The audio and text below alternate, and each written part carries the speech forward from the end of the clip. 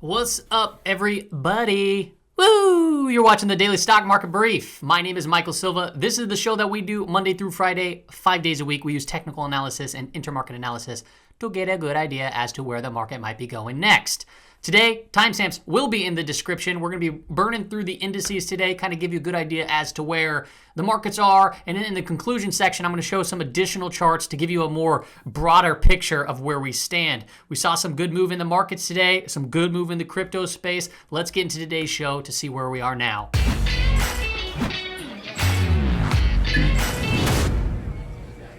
All right, welcome back. First off, I forgot to go over this, but I just want to say thank you to the now 468 active patrons. We finally got a Discord up and running. So I'll be launching my trade ideas here after I post this show. I'm still trying to get used to the Discord for the patrons that are watching this video right now. So bear with me as I try to figure it out, but we got it active. If you're interested in becoming a patron, we have the link in the description below. Maybe it's pinned to the comments. I don't know what I'm doing yet. We have where you can support my work for $4. This is what really kind of keeps me going, keeps me posting out these YouTubes as I've left my 9-to-5 job to do this. And then we have the daily trade ideas for only $9 a month. It comes with a Discord benefit, and I get to show you here some of our daily trades, like a couple of them today, or Friday or whatever it was Sunday when I posted it. One of the ticker symbols went up 6% today, which was awesome. It's not like it's going to happen every single time. And then the other one that we entered into was around 4%. The other one didn't hit the entry point, but yeah, pretty good stuff. Let's hop in now to the charts. First off, the daily time frame for the dollar. You can see slightly down on the day. It did help out the markets tremendously, just that little down day. As you can see from here, as the dollar is going down, we see the market continue to rise up. The S&P 500 is below us. I still want to pay close attention to this falling wedge pattern because it is still technically, it's still a very valid technical pattern here as we're just now below the yearly open. So we're bearish on the year for the dollar. And the more the dollar falls, that's going to benefit various markets to an extent, especially like commodities, which is also starting to see a little bit of an uptick today. On the previous market brief or on Twitter, I can't remember where I posted it, but if we get a couple daily closes below 89.50, I think that can get pretty dangerous there for the dollar, where the markets really start to press up higher. My kind of guess here, which is just a narrative, and I don't really hang on tight to those, is that the market could have just came up a little bit and the dollar might head down a little bit more, but then we see an uptick in the dollar, which could bring us to like a little short-term bottom in June, potentially, but we'll go over more charts here, and then that would really set up perhaps for a really big summer rally. So that's what I would like to see, and we'll talk more why I'd actually like to see a correction going into summer, looking at some of these quarterly and monthly charts. Now, if I'm looking at the market dashboard right now, communication services and technology was up at the top. Utilities down there at the bottom, but not by much. As we've been talking about, that it's been in a bull flag pattern, and now it's kind of at that area of resistance. So taking a little bit of breather right here. Technology is interesting when you look into the industries of technology. Semis, they're leading the way. Renewable energy has been on a nice run, but it's taking a little bit of a breather today. We talked about in the previous brief. Semiconductors, if I bring up the chart, look, we called out this sideways chop, ascending triangle potentially. Don't go chasing this kind of stuff. Like, this is a pretty strong move in the last 4 days as it's coming into a previous area of support. And support, when it's broken, it can become resistance. And we're right there around 245 to 246 zone. So I wouldn't be shocked to see semis take a little bit of a breather as of right now. But from a bullish perspective, we did recapture, the 50-period moving average today. It is, relatively flat for the most part, but that is a good sign. And if it keeps on continuing to press up, there's obviously going to be some resistance at 255. The price percent oscillator did cross over, and that is bullish as well. But like I said, I wouldn't go chasing into this if you missed the move from down here. Just kind of give it a little bit to see where it might settle. Let's look at the S&P 500. First off, daily time frame. We did go up today, obviously. We had an update, but we cracked through some previous resistance. That's a good sign. Still not an all-time high. Price percent oscillator looks like it wants to cross over. Overall, in bullish context, what is good here is we have now an upsloping 5 EMA, so that's a good sign for the bulls here. Let's continue to just watch this because it really is.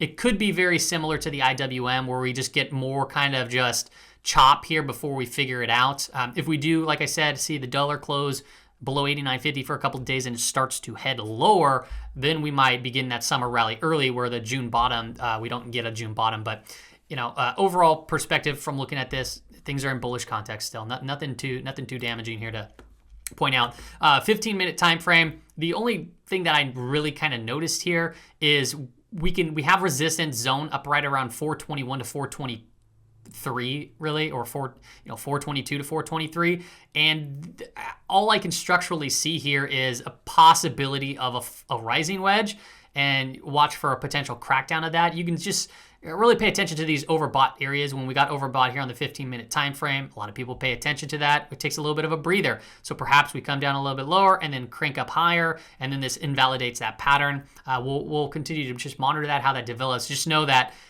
up here, there's some resistance prior action right here, and you can see the volume bar. And then we have more support, obviously, here where we see some big spikes in volume. So if we do get a crackdown, you can see this gap. If we get a gap fill, we can potentially see a bounce. So if it cracks down, we might go get a retest and then potentially head lower, or it takes a little bit of a breather to crack higher. So a lot of different scenarios can play out here.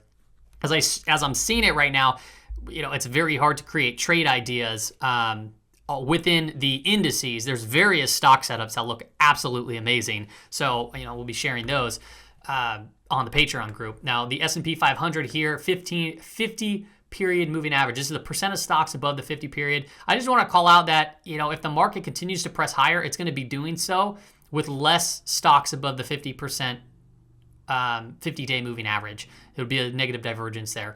It's not there quite yet, but I just wanted to point that out, which would mean that, okay, the market's moving higher, but fewer than normal stocks are leading it higher, which could be potential internal weakness, or interpreted as potential internal weakness.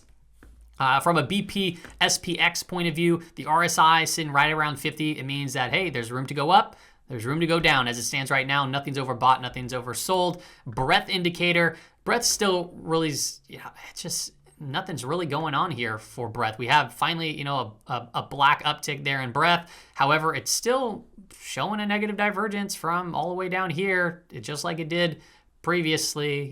These negative divergences sometimes play out. So it would be nice to see a big spike up. If we get a spike to around 60 to 70, that would be, definitely start taking some profits if that was the case, because sometimes big spikes up can get a lot of overbought readings, just like if we get a spike down here where we've seen a couple of times, and then right here around 60, this zone from 60 to 80, it sometimes offers up a great bounce opportunity, which we've seen previously.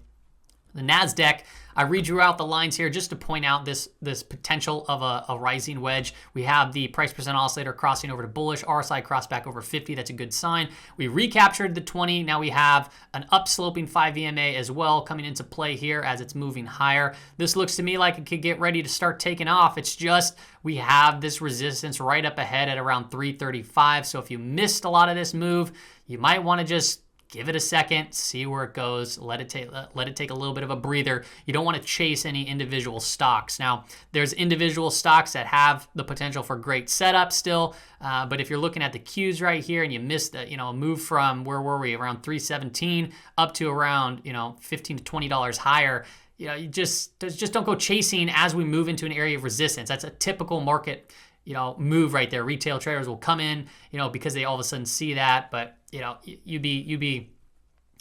just got to be careful. And let me point something out here. So first off, you see how it crossed down here. The price percent oscillator is bearish, boom, and then it came down right here and hit this lower end, and then it crossed over bullish right here. That's a bullish crossover. It was still below zero, okay, but it crossed over bullish, and then we came into resistance, and then we headed a little bit lower, then continued higher.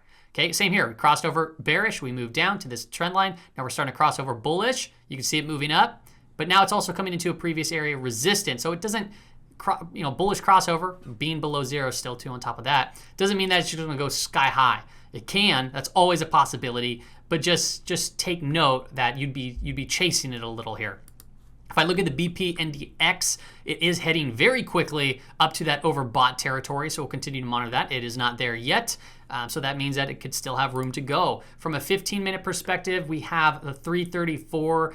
You can see here we have an open gap that can act as resistance up to about 335. What I'd like to see is to take a little bit of a breather before it heads higher versus continue to press higher, because that could make the move to the downside a little bit more aggressive. Overall, though, we have some support here and an open gap right at about 327, 329. So if we do pull back in that area, we had support previously. We broke out of that support, back tested move, but we had resistance. It was resistance or support here, support resistance right here. So this area looks like it could be an important area for the bulls to take control of. From a positive note, you see the price, the percent of stocks above the 50-day moving average here, a big spike up. So at least that we're seeing a lot of stocks internally, same with the 200, moving with the Nasdaq move right here. So that is a good sign. I'm not seeing that exact thing take place in the S&P 500 as it's moving higher. We're not really seeing that that dramatic of a move. So at least the internals are showing, okay, no, it's, everything's in play right here. So that's, that is a good sign for me. One chart that I forgot to bring up that I'll bring up right now was the VIX. So let me go back to the VIX for the S&P 500. We did have a pretty nasty down day in the VIX as it heads lower. And, we have, the end of the week, we have a bunch of Fed speakers, VIX Crush Friday. It could potentially press a little bit lower. We have 2 open gaps, so pay close attention to those open gaps. Once they get here, I guess that would be, the bullish case for stocks if it comes down here. And then you might want to start looking at, potential profit taking right in those areas. And as far as going long, we have 3 open gaps above us. And, the VIX, it works in an inverse. So if it comes and fills those gaps, you might want to think about taking profits. Sorry, no, if the VIX goes up here, you might want to start considering, now profits if you're a short, I keep on getting those confused, but you might want to consider looking for long positions too as well. One thing I want to call out here is also the RSI is getting slightly oversold here. So that is a possibility that we might see a bounce here very soon in the VIX. Doesn't mean that it has to skyrocket back up to overbought, but that's always a possibility. So just take note of that. On the daily time frame, you can see here just big red candle to the downside. We have some support zone right here, right at around 17.5. RSI right here is just below 50, so nothing too crazy going on from here. The Bollinger Bands, these last couple of days have now started curling the upper and lower Bollinger Bands. Upper Bollinger Band started down, lower Bollinger Band started curling up. So that means it's a period of contraction. We know that when we get very contracted bands, it can lead to Bollinger Band squeezes, which we've seen and which we called out actually for this squeeze right here. So still a lot of work to do there. Dow Jones, bullish everything right here. Just above the 20, above the 5. Every other moving averages is moving nicely here. Price percent oscillator looks like it wants to start crossing right back over. We still haven't recovered this gap right up above us through this little, this shooting star type candle. So we have some resistance right at 34.5 and obviously the all-time high. We'll continue to just see, what the market wants to do here, but nothing too much going on other than it's just one very, very bullish looking chart so far. The DIA, the 30-minute time frame, you can see here 344.50 has resistance. It's been acting as resistance right here. We called out this downtrend line. We broke above it. This trend line right here, and then we did crack above and moved higher. So, the bulls have to get back 34.50, and then we have to get back above 347. You can see the gap right here. So if we break above, we get a gap up. If we gap right into 347, just be mindful that we might go get a back test and then rip higher if the bulls still can get control. Now, if we get a gap up and a ramp, which we've been getting a lot of gap ramp in camps, just don't chase. You just need to be, you just can't chase. Okay, don't be chasing anything. Don't go chasing waterfalls. The transports, from a 15-minute perspective, maybe a bear flag right here. We'll see what plays out on this. However, on the daily time frame, we got that very similar shooting star type candle, but you can see still very bullish context overall as it got really overextended on the daily, and it's taking a little bit of a breather here, but like I said, it's still bullish context. All right, so everything's fine there. I'd say be very careful around the 15,250 level. I think if it starts cracking that, it'd be putting a high, a lower high, and then potentially a lower high and a lower low at that point, which is very, it's still overall in a very bullish structure as the price percent oscillator is kind of losing momentum, but just one thing that I've noticed. Russell 2000 didn't really do anything today. as it kind of pulled back into a downsloping 50 period and 20 period moving average, still within this, topping type pattern. One thing that I haven't drawn out yet, but I will consider drawing here very soon, is this symmetrical triangle. If I were to take this top, connect it to this top, and draw it out, you can see here we have higher lows, lower highs. It's contracting. It's coiling up, which could very well, if it breaks above that trend line. So for example, if we get above the 20, above the 50, and then we crack that trend line, I think we start moving a lot higher. I think it would just continue to start, melting up. Would be a very strong possibility as the price percent oscillator looks like it's trying to cross back up through zero, or a bullish crossover right there. From a 15-minute perspective, just look at this like algorithmic here, just chomping higher, just higher lows. Very steep channel right there. I just wanted to call out, there's resistance right at 223. I would rather see this flag out a little bit before breaking that, but we'll see what happens in the aftermarket sessions. Just pay close attention to overbought and oversold territories. That seems to play out pretty good here. Overbought, moved down. Oversold, it moved up. All right, so nothing crazy, nothing too crazy to point out there. From the financial perspective, you can see it's a very similar chart. This is the BKX. Resistance right at 133.25. When it cracked through that, we did see some pretty big moves. It acted as resistance right here, saw some big moves to the downside. And then as you can see into close, we did see a pretty significant move to the downside, but we still have this little trend acting as a level of support. If we start cracking that trend, I think it's very possible that we start heading to around 130.50 to 130.75. Financials have been on a pretty nice tear since May 19th, so it'd be nice, instead of just vertically going up, for it to take a little bit of a breather here and, like I said, consolidate sideways.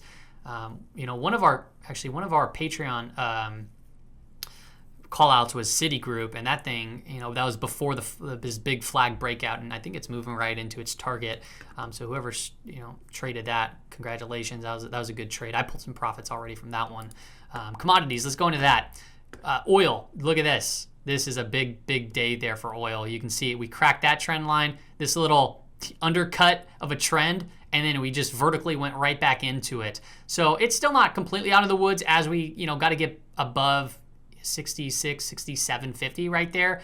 However, when you start cracking above that, that's going to be a good sign for some energy stocks, because a lot of energy stocks that I'm seeing right now, they look ready to go. So ready to party. Yeah. So we'll watch that. We'll see how it goes. If I wanted this target to be hit, that's what I thought would be a really good, it would be awesome opportunity. But if the market doesn't want to take it down here and wants to continue to move higher, you also got to be prepared for that. The CRB index, also a little bit of an update, as commodities have been taking a breather. I just wanted to point out there's a possibility that this is wedging or flagging right here.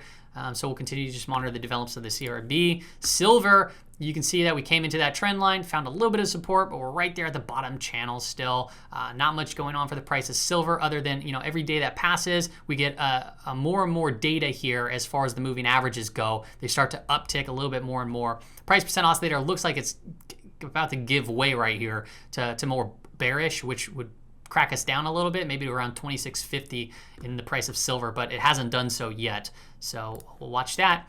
Gold here too. These last 4 or 5 days, 3-4 days, have been really kind of just sideways, deciding where it wants to go.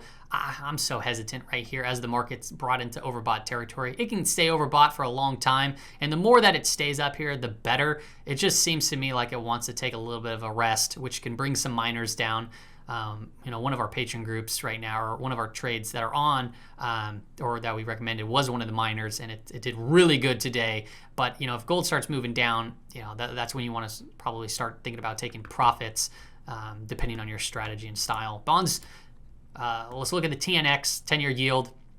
Where are we at? We closed at so 1.6 on the 10-year, slightly down on the day. We closed at where we're 16.08. Really, I just drew out this box. It's consolidating right here. We had a bull flag. It broke above it, and then we've been kind of seeing it just go sideways. So we'll see what wants to develop here. Nothing going on. It's just quiet. As you see here, this is interesting to me. I pointed this out a few times, but every time we get these big volume days, sometimes, the majority of the time that I've seen these, I've seen some bigger spikes, obviously, but it always resulted in some more downwards pressure. So if the TLH starts going down, that means yields can go up. we'll see here what takes place. I mean, you know, big volume day. We're getting above the 20, above the 50. We're still within this potential bottoming pattern. But if it gives way out of this, then it could, you know, we'll see here. It can go test 138 again, which obviously would send yields higher. So now what I'm watching for is a potential break of this area, because that could start sending. It was clearly, you know, resistance, support over here, resistance, resistance, resistance. And the more times something is tested, the more likely it is to give way. So, you know, be prepared. Be prepared. Have a plan. Conclusion. Let's go ahead and go into some monthly and quarterly charts, because I want to give you more of an idea as to where we stand. As you know, it's a very euphoric market overall, and we're in this potential melt-up phase. You know, bulls, like I said, I'm giving the bulls the benefit of the doubt for now. And like I said, also from a narrative standpoint, I definitely think it's possible to see more downwards pressure into June, but I do expect some sort of summer rally. Now, SPX from a monthly perspective, a little bit of a hanging man candle so far. We still have time, obviously, left. If it goes up more, obviously, it will be a hanging man candle.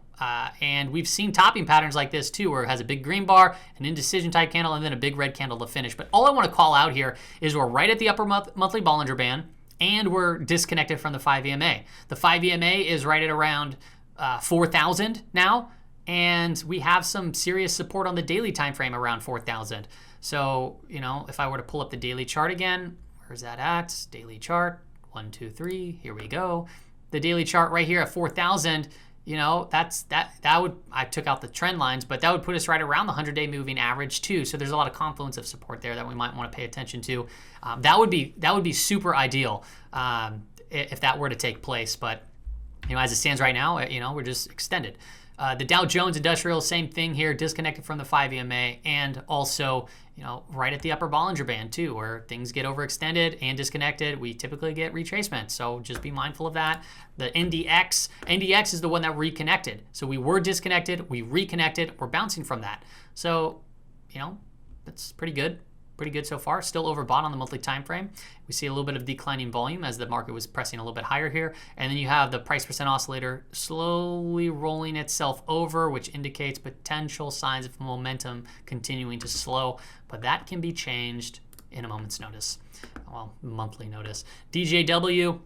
This is Dow Jones Global Index. Like, this one's pretty darn nuts. We're trading outside of the upper Bollinger Band and completely disconnected from the 5 EMA. And then also the S&P 500 on the quarterly time frame. I know it's early in the quarter still and there's a lot of time to go, but just pay attention to where we are from a monthly and a quarterly perspective. Monthly, we're at the upper monthly Bollinger Band. Quarterly, we're disconnected from the 5 EMA and we're trading above the upper Bollinger Band as well. So, I mean, you get the Fed doing complete market distortions. There was some stuff going around, you know, 90-something billion was added to their bond. I can't remember. I just know that they did add more to their balance sheet, and as well as some reverse repo stuff, going on too as well. So the show continues still. I don't know the reasoning for it as the economy is starting to open up, or you know what they might be trying to save from happening. I mean, I have an idea of it, but those are some big numbers. So we just need to be mindful if that kind of show comes to an end. You know, what could take place. But till then, you know, the market looks strong. The market looks good. Just be bullish. Be bullishly cautious right here. All right, that's all I got for you.